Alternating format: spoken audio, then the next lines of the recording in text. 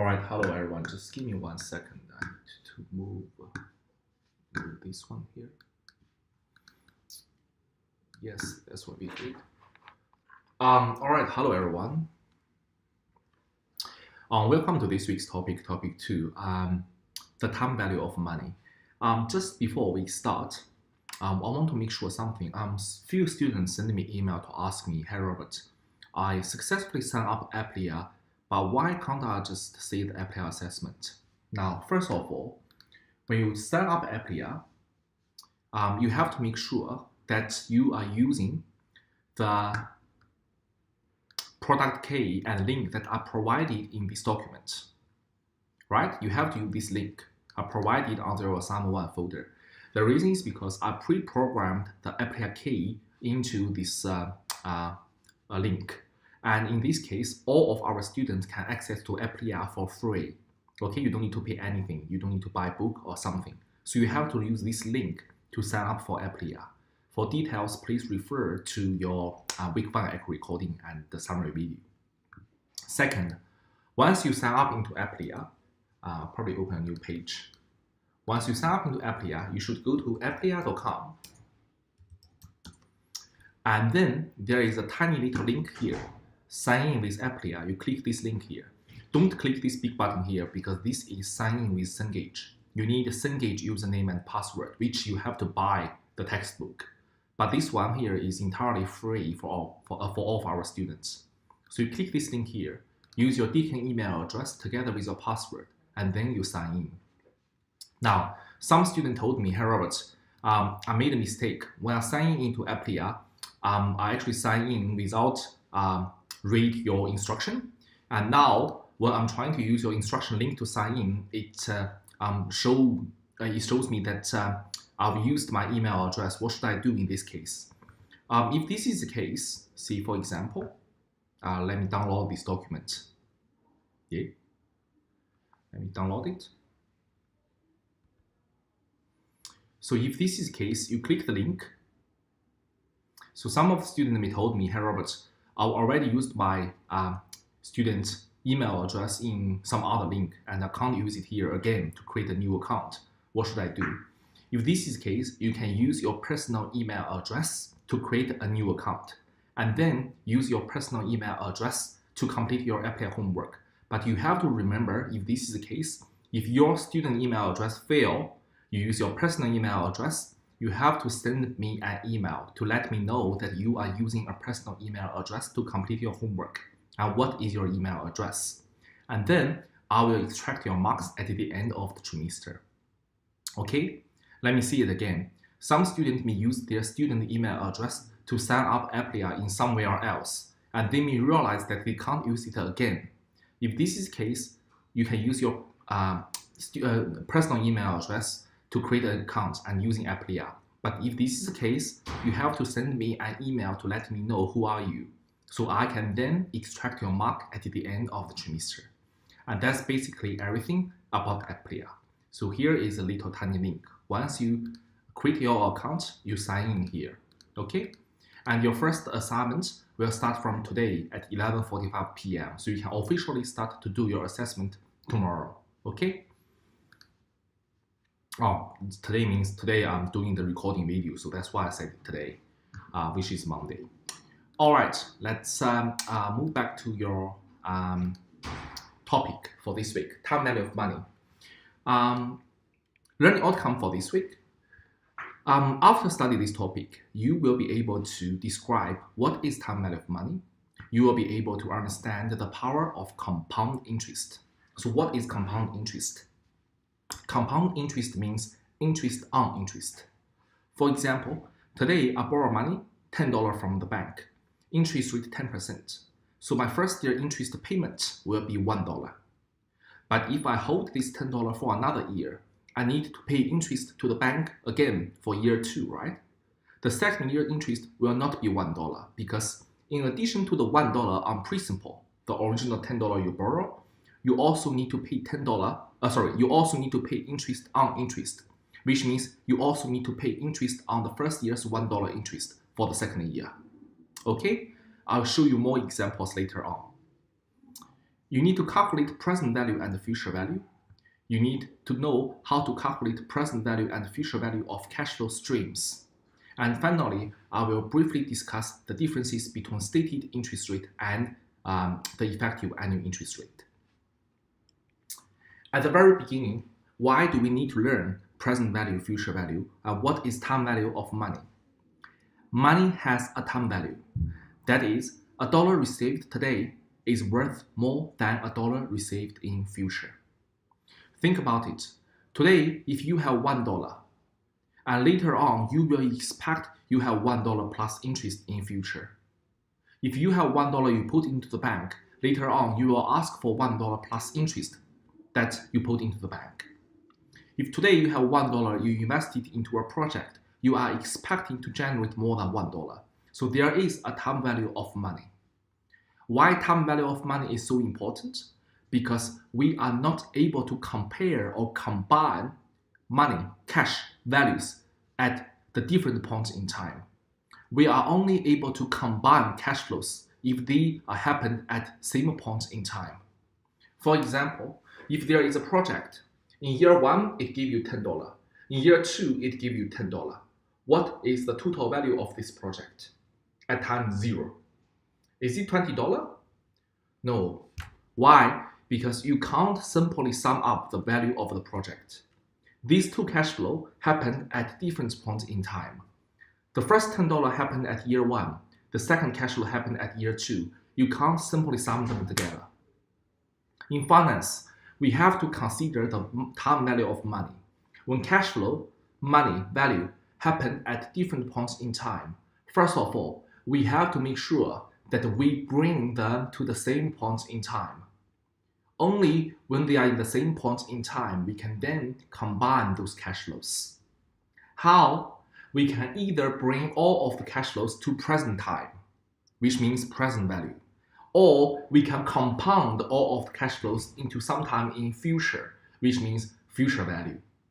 Let's see one example. Now in this example, as probably discussed, we are only possible to compare or combine values at same points in time. Look at this example here. You have cash flow $18,000 and you have cash flow $20,000 in year 1. So $18,000 in time 0, $20,000 in year 1. Are we able to compare these two cash flows? Which one is higher or which one is better? Or are we able to combine these two cash flows? The answer is no. You cannot compare these two cash flows. You cannot argue that $20,000 is more than $18,000 because these two cash flows happen at different points in time. There is the time value of money. You cannot combine these two cash flows as well because they happen at different points in time. But what you can do, look at the second example. We have $20,000 and $10,000, both of the cash flows happen at the end of year 2. Now you can compare these two cash flows. The $20,000 is definitely more than $10,000 because they are happened at different points in time. They are happened at the same points in time. You can also combine these two cash flows. So to this end, we are only able to compare or combine values at the same points in time. I'll give you guys another example. Today, there's 2 projects in front of us. Assume risks are the same for these 2 projects. The first project, initially you invest $10 and in year 1 it gives you $11. That's it. The second project, initially you invest $10 and in year 1 it gives you nothing, but in year 2 it gives you $12. Which one is better? Can you simply compare these 2 projects' cash flow? No, we can't. We can't compare the $11 of the first cash flow that happened in year 1 with the $12 of the second project happening in second year, because they happened at different points in time. So we can't compare these 2 projects directly. We have to make sure that we are able to bring those cash flows into the same points in time. Then we compare cash flows. To this end, you guys may be wondering, hi Robert, if we want to compare these 2 cash flows, for example, this example here, what should we do? Now, if you want to compare this 18,000 with this 20,000, or if you want to combine this 80,000 with this 20,000, you can either compound this 18,000 to year 1. to let this 18,000 and this 20,000 both happen at the same point in time in year 1. Then you can compare them or combine them. Alternatively, you can discount this 20,000 to times 0. So both of these two cash flow will be happened at present value or present time. And then you can compare or combine these two cash flow. Now, let's start from the first one. What about we compound it to a future point of time? We have future value. What is future value? Future value is the value of an investment made today and measured at a specific future date using compound interest.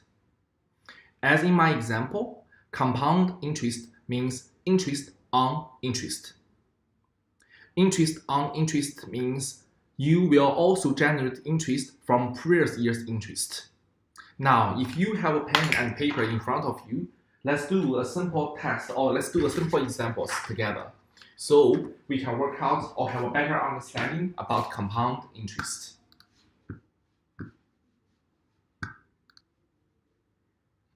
Okay, if you can, think about this example. Just using this timeline here, we can draw the similar timeline, and then you put year 0, year 1, and year 2. In this case, let's assume in year 0, this point in time here, let's assume we have $10 cash flow. And then interest rate is 10%. Now think about it. If in year 0 you have $10 cash flow, you put it into the bank, and then interest rate 10%. How much money will you have at the end of year 1? Your answer will be $11, right? Now question. At the end of year 1, what about if you put your money into the bank again for another year? From year 1 to year 2, you will generate interest again. Do you agree? If you generate interest again, how much money will you have at the end of year 2? At the end of year 1, you have $11. For this $11, or within this $11, $10 is your principal, and $1 is your interest from year 0 to year 1, right? If this is the case, from year 1 to year 2, you will have interest. The interest will be 10% on your principal $10 and 10% on your first year's interest, means interest on interest. Overall, from year 1 to year 2, your overall interest is supposed to be $1.1, where $1 is the interest on your principal and $0.1 is your interest on first year's interest. Overall, in sum, at the end of year 2, the total value of your investment will be $12.1. Now, after my explanation, if you have a pen and paper in front of you, you can do this practice by yourself. You should have $12.1 in front of you. Now, this is just a very simple example to give you a general idea about compound interest. Let's see a little bit complex example. We will do it step by step.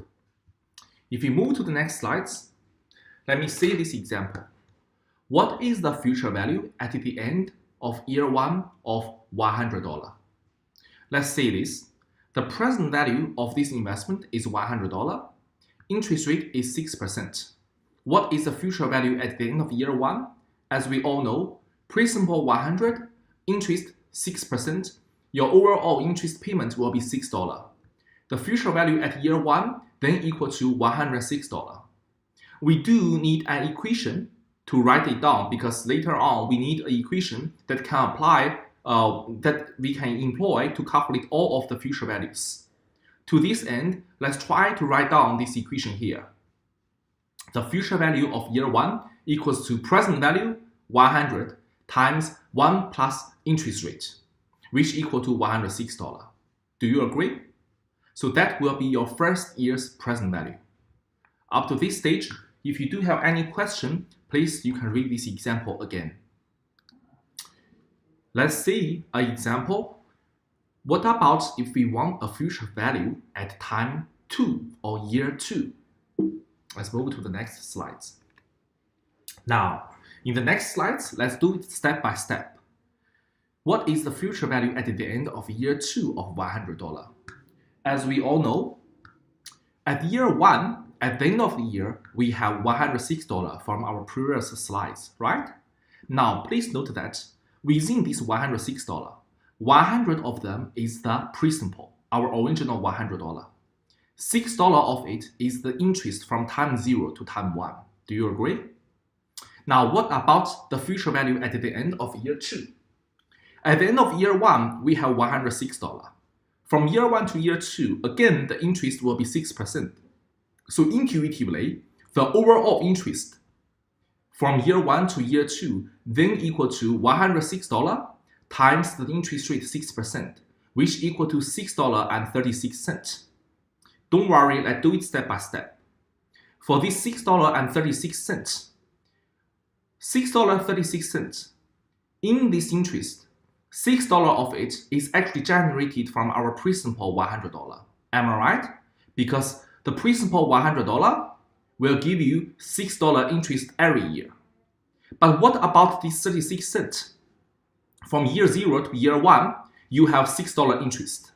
This $6 interest will generate interest again from year 1 to year 2. By how much? By $6 times 6%, which is equal to 36 cents. So this $6.36, $6 is the interest from the principal, and 36 cents is the interest from your previous year's interest. And that is named as compounding. That is named or defined as compounding interest. Let me explain it again. At time 0, you have a principal of $100. This $100 interest rate 6%. At the end of the year, you will then have $106 in your bank account. Why? Because $100 is your principal, $6 is your interest. You then decide to put the money into the bank again for another year. For another year, what happened? This $106 will times 1 plus interest rate will give you the future value at the end of year 2. From year 1 to year 2, you will have another amount of interest. How much is it? The $106 will overall give you $6.36 interest. But within this $6.36 interest, $6 of them is the interest on your original $100 principal. And 36 cents of them is your interest on interest. Your second year's interest on your first year's interest. And this is named as compound interest. And this is the compounding process. So compound interest means you will generate interest on interest. Or in another word, in addition to your interest on principal every year, you will also generate interest on interest every year. Intuitively, if you put the money into the bank for another year, your $100 original principal will again give you $6 interest. And then you will have interest on interest for the first year's interest, and interest on interest for the second year's interest. And then you have your overall interest for year 3. And that is the compounding process. As per we discussed in our previous slides, we want to use one equation to represent the future value.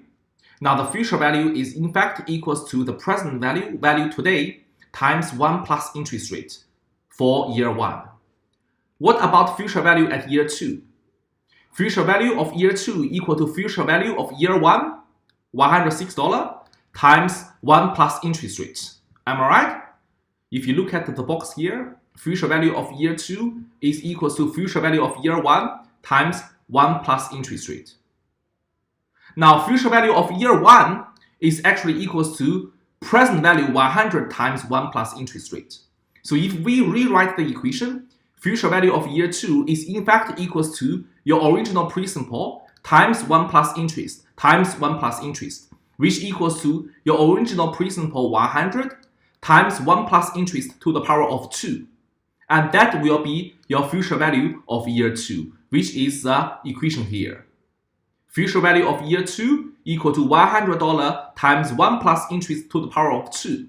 To the power of 2 means you compound the interest rate twice, because now you have 2 years interest.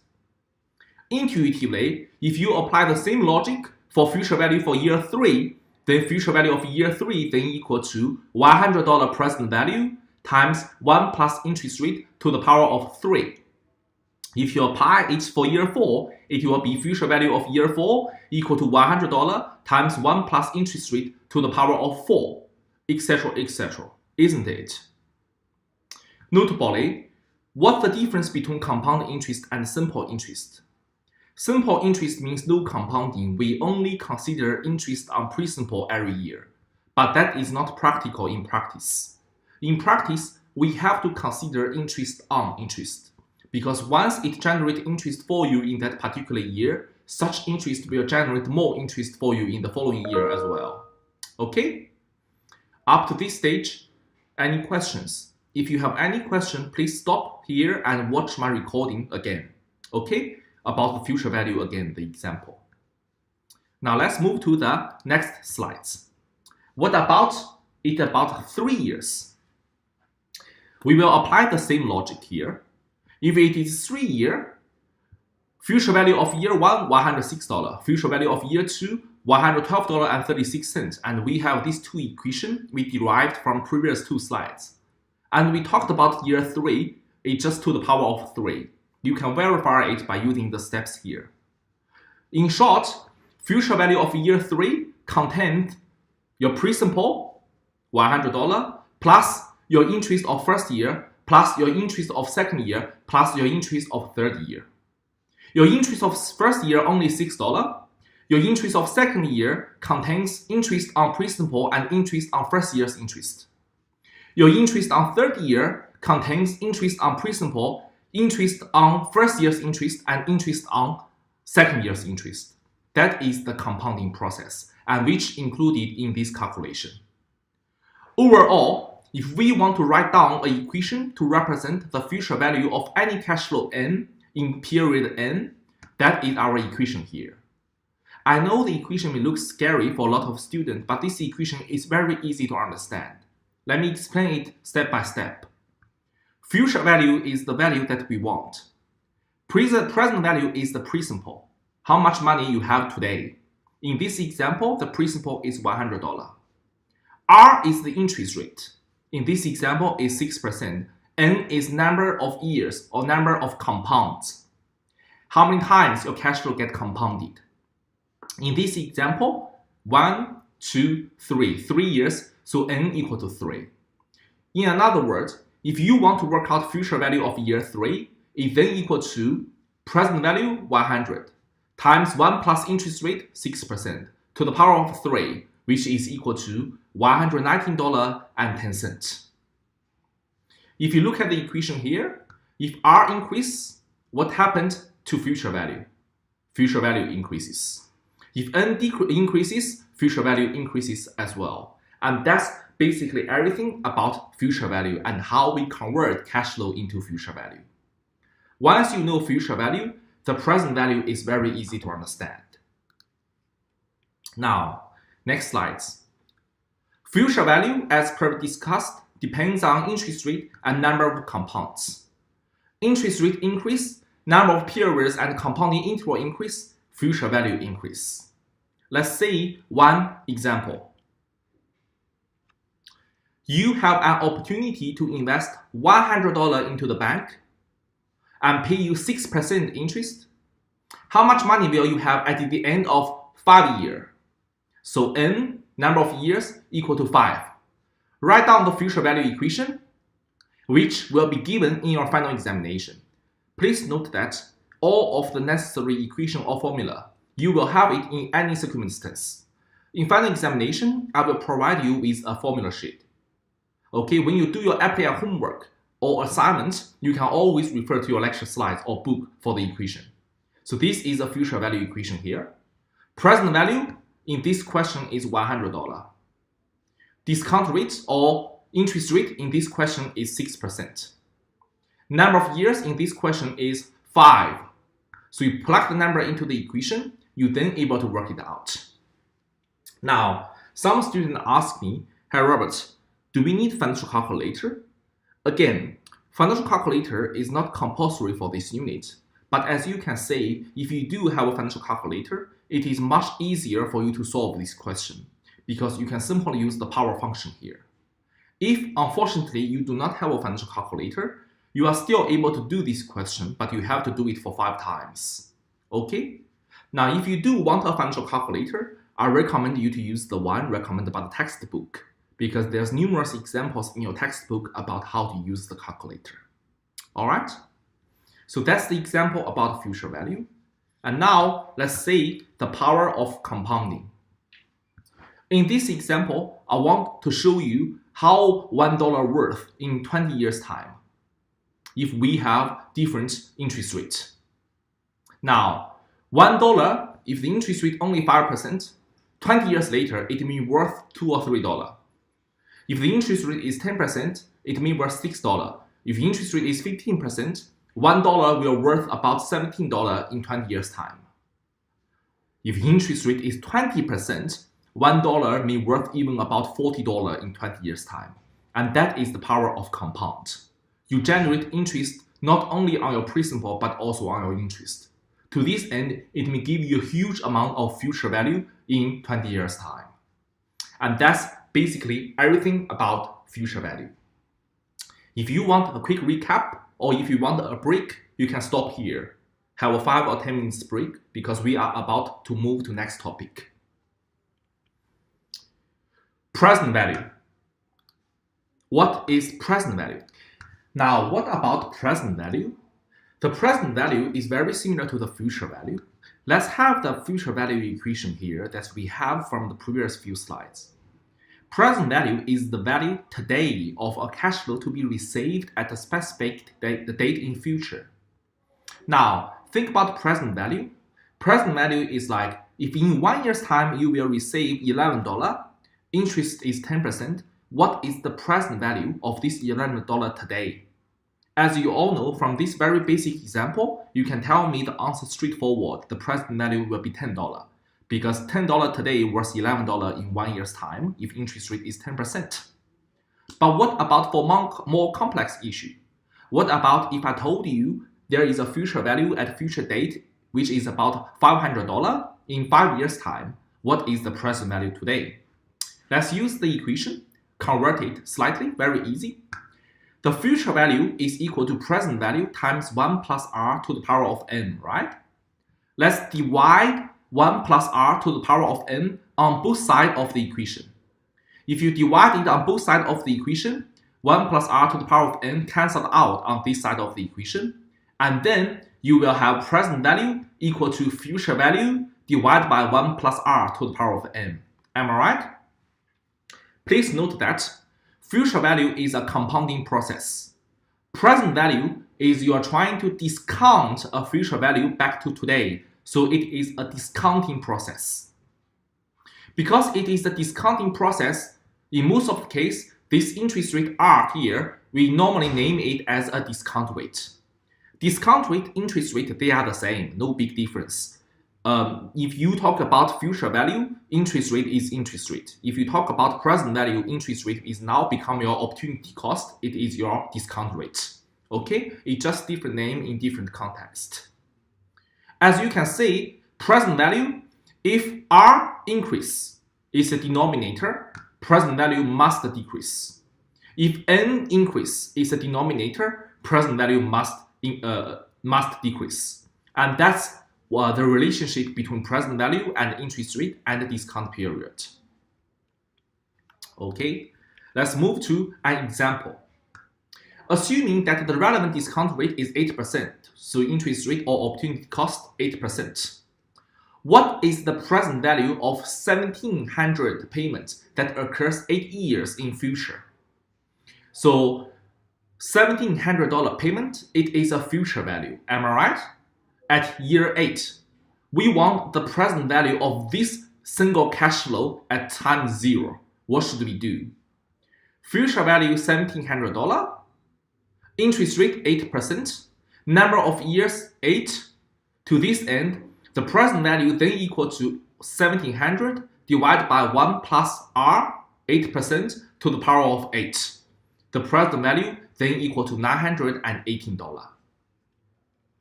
Similarly, the relationship or the power of discounting, let's assume you will have $1 in 20 years' time. What is the present value of this $1 today with different discount rates? As you can see, discount rate or interest rate R increase, the present value decrease by a large magnitudes. If you have a discount rate of 20%, the present value of $1 in 20 years time now only worth about 10 cents or even less than 10 cents. And that's the example. Up to this stage, we talked about present value and future value for a single cash flow. Let's conclude. Cash flow that occur at different points in time can be compared or combined by converting the cash flows into the same points in time. We can either discounting them to time 0 or compounding the cash flow to time 2, for example. You can either discount them to the same point in time or compound them into the same points in time. That is the discounting and compounding process. Up to this stage, all of our discussions are centered on what? Single cash flows.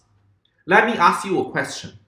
What about if we have one cash flow at time 1, one cash flow at time 2, and another cash flow at time 3, and I want the present value or future value of all these 3 cash flows? Then what should we do? Very easy. This will be named as future value or present value of cash flow streams. And that will be our next topic. In practice, if you invested in a project, this project will most likely generate a cash flow stream for you. Like $10 in year 1, $20 in year 2, $30 in year 3, $12 in year 4, etc., etc., etc. So this project or this investment will give you, instead of a single cash flow, but a cash flow stream in the next few years. If this is the case, what will be the future value of this cash flow stream? The stream of cash flow, not individual cash flow. Intuitively, it is very easy to calculate. Why? In my example, if you have 4 cash flows happen at 4 different points in time, all you need to do is that you can either work out the future value of all these 4 cash flows at the same point in future, or the present value of these 4 cash flows at the same point right now, and then you sum them together, right? Let's do more and more examples, and we will have a better understanding. Future value of cash flow stream, 2 scenarios. The first one is the most important case, the mixed stream of cash flows. What is the mixed stream of cash flow?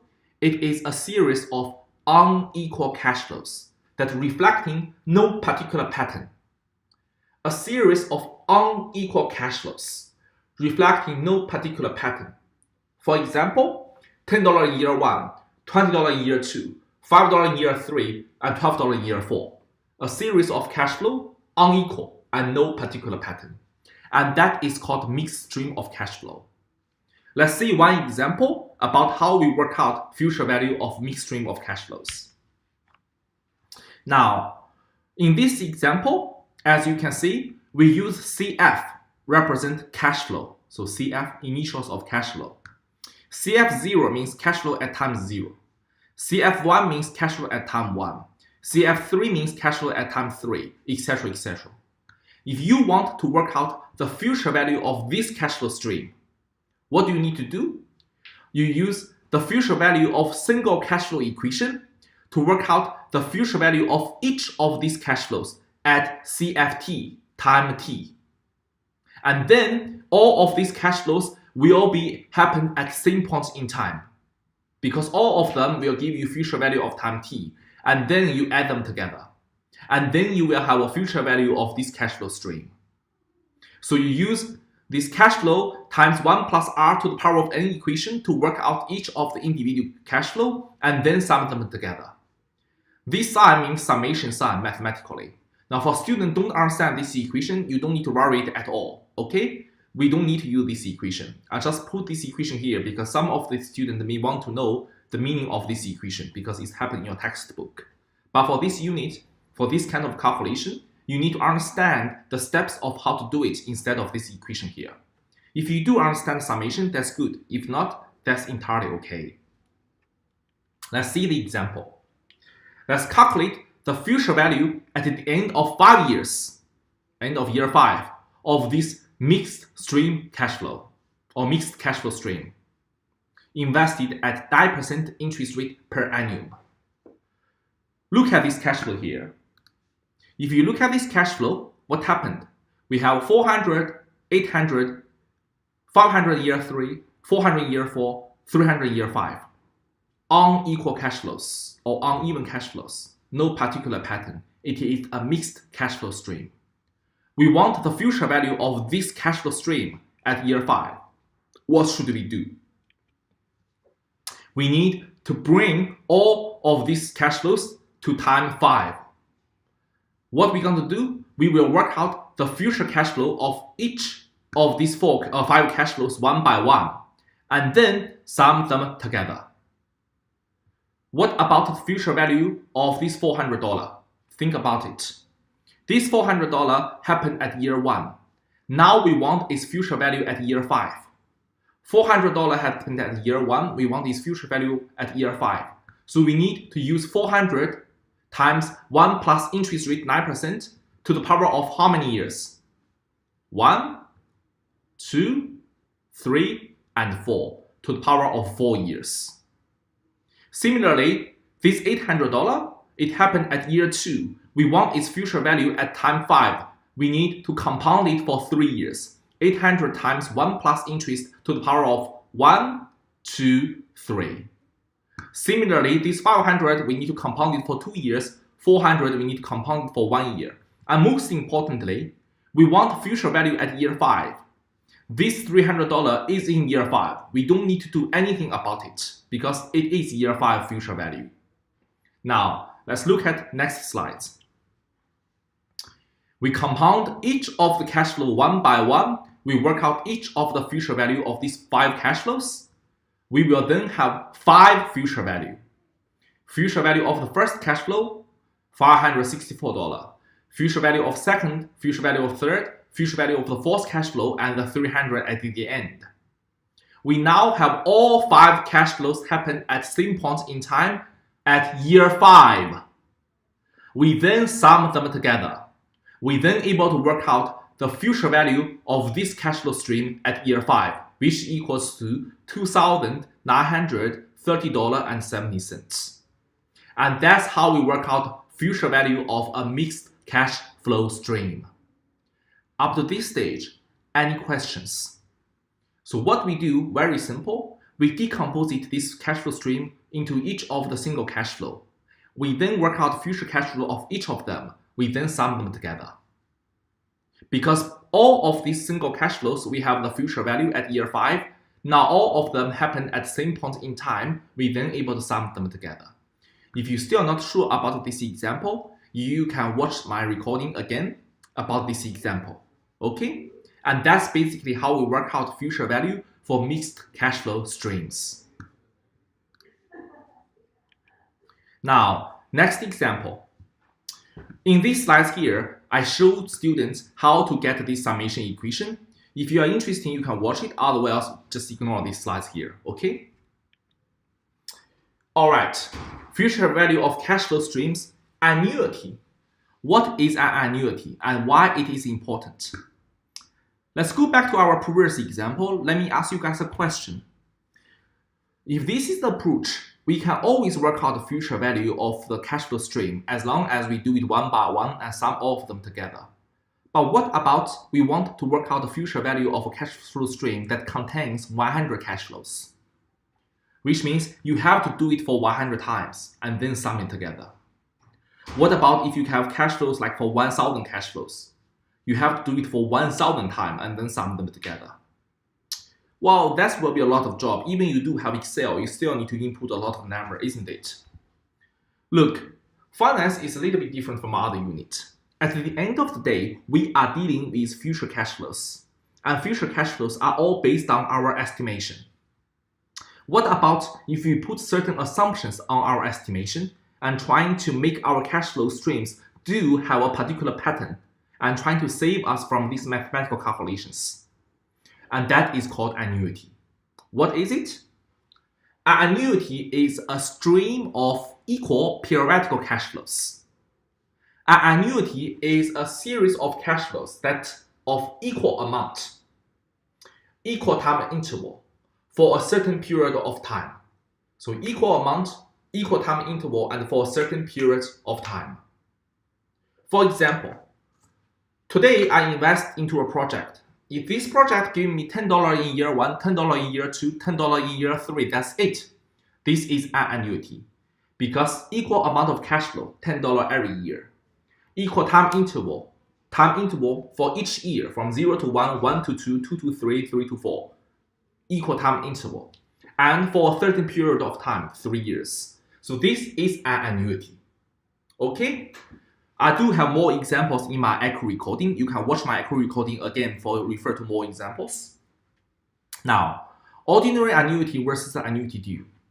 Once you know it is an annuity, then you are trying to differentiate whether it is ordinary annuity or annuity due. To differentiate this is very easy. I will show you and let you know. An ordinary annuity means the cash flow happened at the end of the year. When you do this kind of question, I will specifically mention it is happened at the end. Annuity due means the first cash flow happened immediately. For example, time 0, I have 0 money, income, cash flow. Time 1, $10, time 2, $10, time 3, $10. This is an ordinary annuity because it happened start from year 1, end of the first year. Second example, time 0, right now you have $10. Time 1, $10, time 2, $10. This is an annuity due because it happened right now. Ordinary annuity and annuity due, we have 2 different equations. And again, this equation will be provided in your final examination and also in your slides. You can always refer to the equation. Most importantly, as long as you are able to identify the cash flow is an annuity and is an ordinary annuity, for example, you then apply the right equation. You can then work out the solution in one go. Very easy. Let's see one example and let me show you how the equation looks like. All right.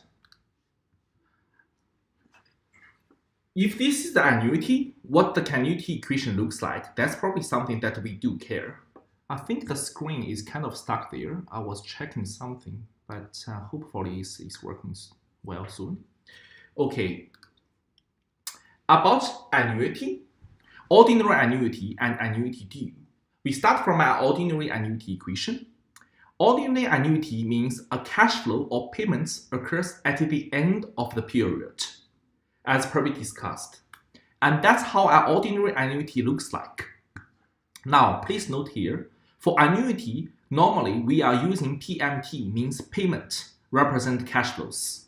Because payment means equal amount of payments. They are the same. Okay, so PMT means payment. This is an annuity because we have equal amount of payments, equal time interval. This is an ordinary annuity because the first cash flow happened at the end of the period. If so, for this ordinary annuity, the future value of ordinary annuity is equal to this one here. What is it?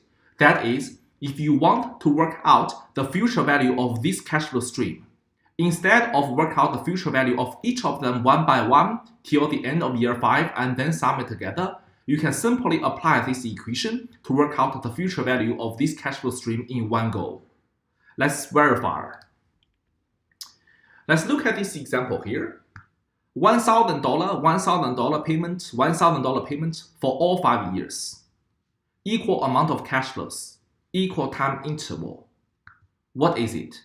It is an ordinary annuity and fixed period, right? 5 years. Also, since it happened at the end of the payment period, it is an ordinary annuity. To this end, we then able to work out the future value of this ordinary annuity by applying the equation we worked out last slides. How? This is the equation of future value of our ordinary annuity. We put the number into the equation. 1,000 is the payment. 7% is the interest rate. N number of payments, 5. You put the number into the equation. You work it out. The future value is equal to $5,750.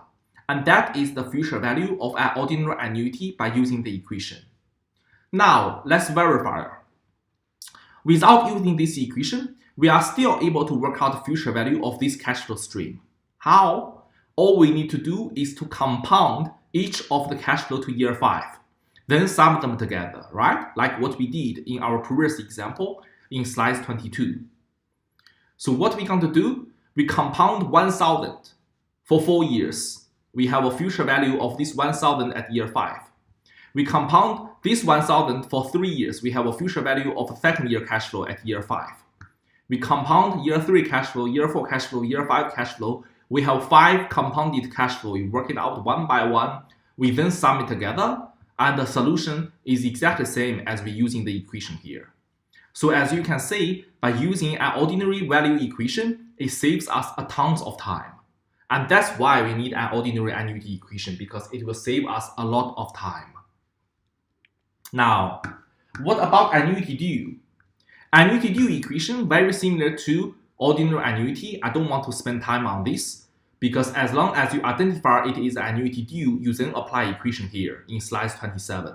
Annuity due, in contrast to ordinary annuity, it happened at right now, beginning of the period. Or if you look at the next slide's example, ordinary annuity, cash flow happened at the end, right?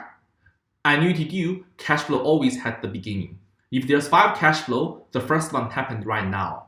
So once you identify it is an annuity, next job, whether it is ordinary annuity or annuity due, next job, locate the equation that you should use for ordinary annuity and annuity due. Both equations will be available on your final exam as well, okay, in formula sheet. And both equations, if you want to do your API homework, is always there for you to use in slide 30. So in slide 30, in summary, we learned to work out future value of mixed stream of cash flow, future value of ordinary annuity, and future value of annuity due. Up to this stage, again, you can take another break and think about what we've learned so far. And then you can watch the video for the present value part. Let's come back to the present value. Similarly, if we work out future value for cash flow stream, we can also apply present value approach. In practice, in fact, in most of the case, we prefer to work out a present value of cash flow streams in contrast to future value, because present value to us makes sense because we are talking about money today. Now, what about present value of mixed stream cash flows? Present value of mixed stream of cash flow, instead of compounding those cash flow, we now discount all those cash flow back to the same point in time times 0. We then sum them together. Remember, for each of the individual cash flow, what did we do? We discount each of them back to times 0. Am I right? We discount each of them back to times 0. We sum them together. We then have the present value, isn't it? And that's how it works. For example, the $3,000 in year 5, we discount it for 5 years. We have the cash flow at times 0. The $8,000 in year 2, we discount it for 2 years. We have this present value of the $8,000. We sum all of them together because we now have 5 present values. We sum all 5 present values together. We then have the present value of this cash flow stream. Intuitively, we can derive this summation equation. Again, this one is not examinable. If you are interested, you can watch it so you know how we have this summation equation. But most importantly, you just need to understand how to do it. How to do it? Discount each of the cash flow one by one, sum it together. Now, what about present value of annuity? Similarly, step 1, you need to identify whether this annuity, or whether it is an annuity or not. Step 2, whether it is an ordinary annuity or annuity due. Similarly, in this example, as you can see, once the cash flow happened at the end of the period, it is always ordinary annuity. In this example, $7,000 payment for each year, equal amount of payment, same time interval for 5 years. It is an annuity. Happened at the end of the year, it is an ordinary annuity. Here we have the ordinary annuity equation for present value. So all you need to do, you then plug the number into the present value of ordinary annuity equation, you can then work out the present value of this annuity. That is $7,000 payments, 8% interest, n equal to 5, and sum them together, you have present value. Now, we can easily verify it. How to verify it? Instead of using annuity equation, we can always discount each of the cash flow back to time 0, summing it together, right? So if in exam, you are not sure how to do it in annuity approach, you can always use the fundamental approach. That is, discount each of the cash flow individually back to time 0, then sum it together. So what to do?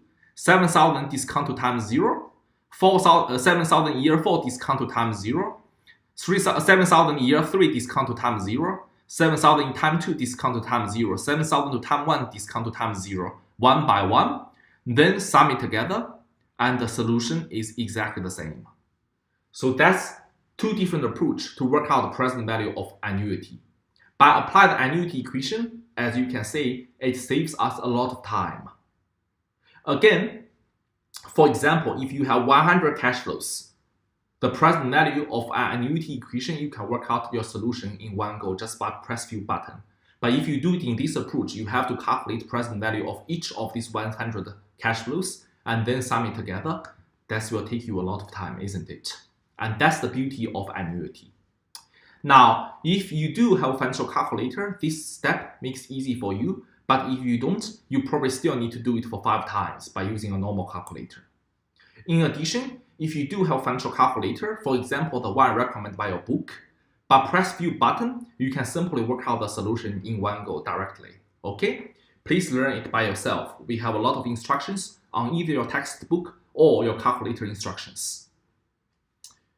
Let's move to the next slide. Ordinary annuity and annuity due. Similarly, we do have an annuity due equation for present value as well. So that's nothing special. If it is annuity due, you apply this equation. And I'll summarize everything in one slide later. Okay. We are almost towards the end, but before that, there's one special item called perpetuity I want to share with you. Present value and the future value, they're slightly different.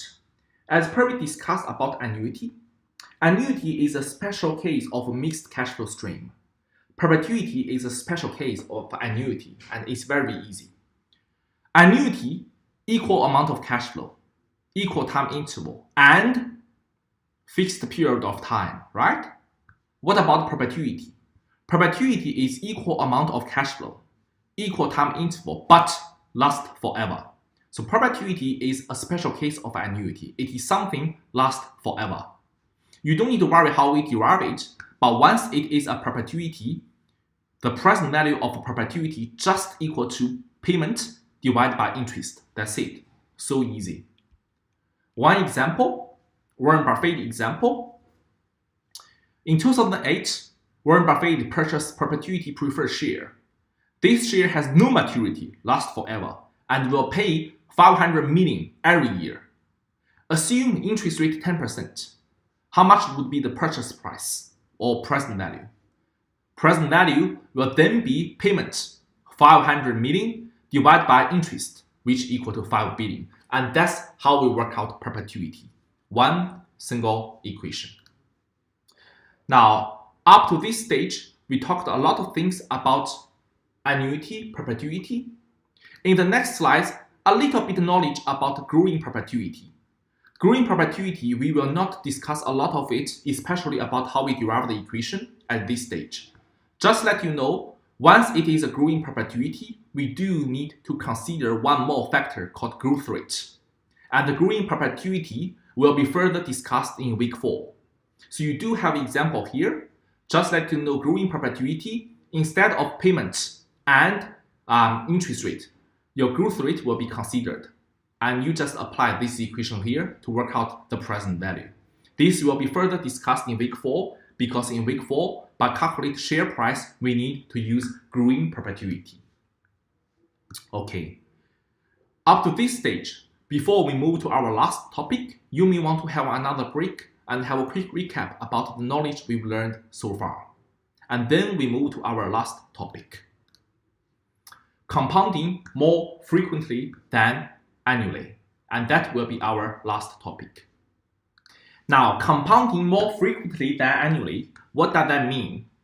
So far, all of the examples that we are talking about, we are using single cash flow or cash flow stream that happened annually.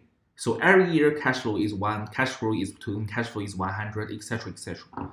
But what about if it's compounding more frequently than annually? That is, instead of compounding annually, it's actually get compounded twice a year, semi-annually, or even quarterly, or even monthly, or even continuous compounding.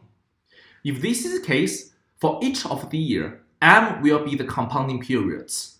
M, for example, if it is compound semi-annually, M equal to 2, M equal to 2. Now, if this is the case for a single cash flow, future value of this single cash flow then equal to present value times 1 plus annual interest rate R divided by number of compounds during the year times number of compounds to the power of n. One simple example, if at the beginning your present value is $100, your annual interest rate is 10%, only for 1 year. Future value at the end of the year will then equal to $110. But what about instead of compounding annually, it is compounding semi-annually? That is, your annual interest rate is 10, however, it will get compounded semi-annually, so M is equal to 2. In this case, it will be $100 times 1 plus 5% to the power of n is 1 year, but M is 2, so to the power of 2. And that will be your new future value, and you will realize it will be more than $110. Because now it's compound semi-annually, you will receive interest every half a year. So for the second half of the year, you will not only have interest on your principal, but also interest on your first half of the year's interest. So overall, you will have more money at the end of the year. And that is the beauty of compounding more frequently than annually. The more frequent the compound period, the larger the future value. Can be how frequent? Can be continuous. If it is continuous, it will be exponential. Now this continuous compounding, I just want to show you, you can use exponential to work it out. In practice or in your examination, the most frequent compound period will be daily. So you can use 365 instead of using exponential by using financial calculator. Okay? Now, example. Look at this example. Future value at the end of 2 years of 112,500 at 5% interest. If it is semi-annual compounding, your annual interest R is 5%. M will be 2 because it is semi-annual compounding, get compounded twice a year. M will be 2. That is future value for 2 years. N will be 2 year, M will be 2 year. To this end, future value of year 2 is equal to 125,000 times 1 plus 5% divided by 2 to the power of 4. If it's quarterly compounding, M equal to 4, N equal to 2, M equal to 4. If it's continuous compounding, use exponential. As you can see, the more frequent the compound periods, from 2 to 4 to continuous, the higher the future value, isn't it? And that's the beauty of compounding, and that's how we have compounding more frequently than annually. Please note that in this equation, I only show you compounding more frequently than annually for single cash flow. You can apply the same logic into the annuity equation, or you can apply the same logic into the mixed cash flow stream. Because in mixed cash flow stream, you just need to compound more frequently than annually for each of the cash flow, and then work out future value for each of them, then use the same approach to sum it up. And of course, for annuity, you just need to convert the R in that annuity equation, but divide R divided by M, and always times N with M. So you will have the compounding more frequently than annually equation. Okay. Those are the examples. You can read it by yourself. Let's move to the last and final topic for this week's summary video. The final topic is stated versus effective annual interest rate. Why do I put this example here? Because I want you to know what is stated interest rate and what is effective annual rate. Now listen my example carefully. Let's do it together. Stated annual rate is the contractual annual rate of interest charged by a lender or promised by a borrower. So it is a quoted rate by the bank. For example, if you walk into the bank, you borrow $100, and you talk to the bank, bank told you the stated interest rate is 10%. If this is the case, if it only compounds once a year, that means if you only need to pay interest once a year, and then at the end of the year, you pay $100 principal together with your $10 interest, and that is stated annual rate, and nothing wrong with stated annual rate. However, and unfortunately, just give me 1 second.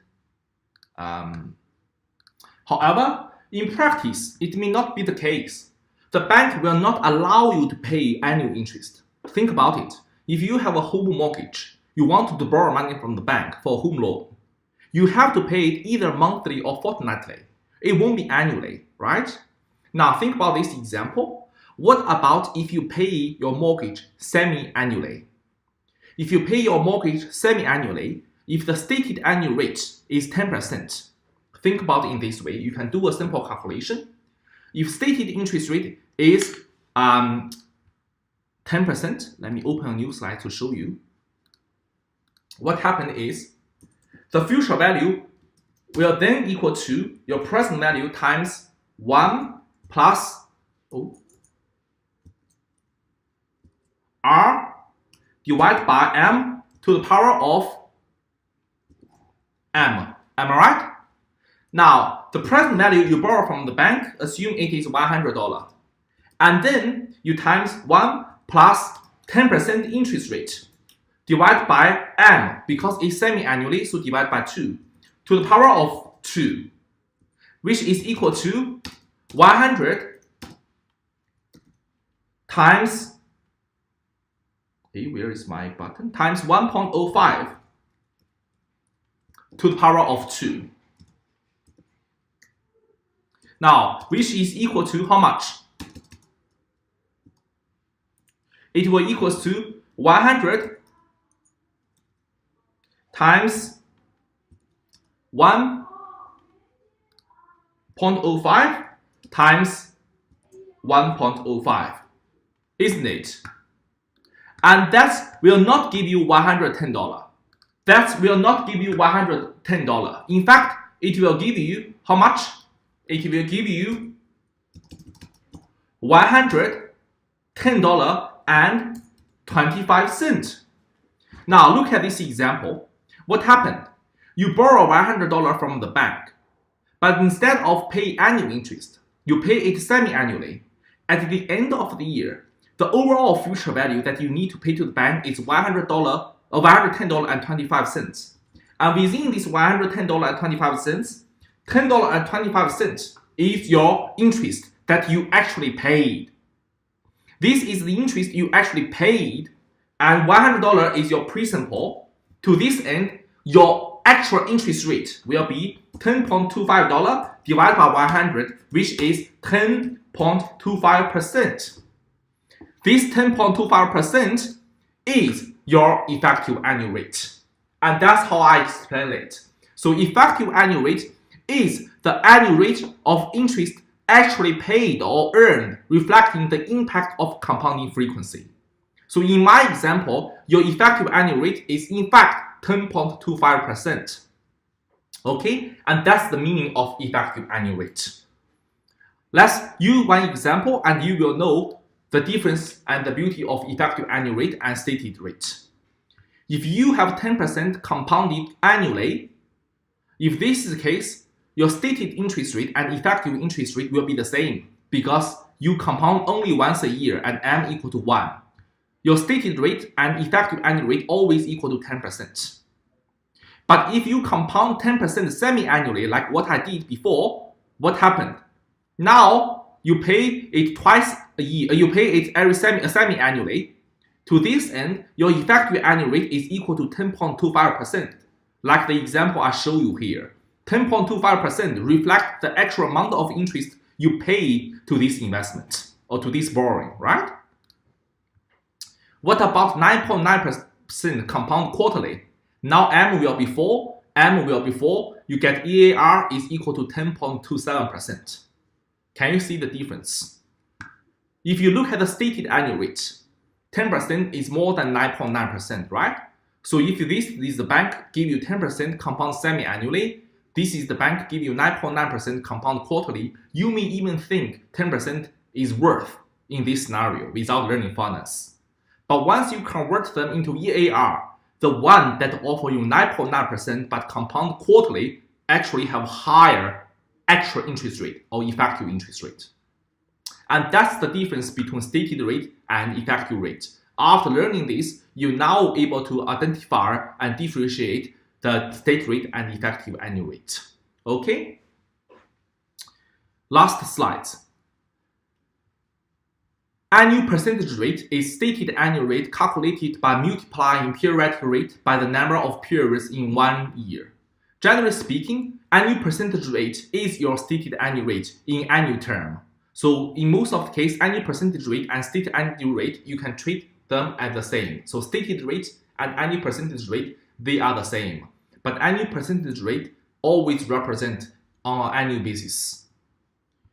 Annual percentage yield is the annual rate of interest actually earned or paid, just very similar to effective annual rates. Why we have these two items here? Because in different textbook and in different country, we have different name. Some of the book call them as stated and effective rate. Some of the book in UK name them as APR and APY. But just like you know, APR and stated rate, they are the same. Effective annual rate and APY, they are the same. So later on, if you're doing these financial activities, you know exactly what's going on there. In this unit, we always use stated annual rate and effective annual rate for our calculation purpose. Okay? There is one last example about credit card that you can learn, and you can read and think about this example by yourself. The credit card rate is daily compounding, and the effective annual rate of a credit card could be really, really high. And that's it for this week's summary video. If you want to refer to more example and detailed discussion, you can watch my echo recording video. Alright? And I will see you guys next week. Don't forget about your Apply homework that is started from today. Alright? Which is the first day of Tuesday. And due date will be 2 weeks time. Okay, I will see you guys next week.